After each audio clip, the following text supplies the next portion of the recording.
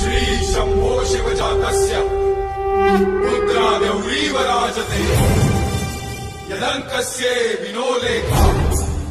वर्तते कस्य नोपरि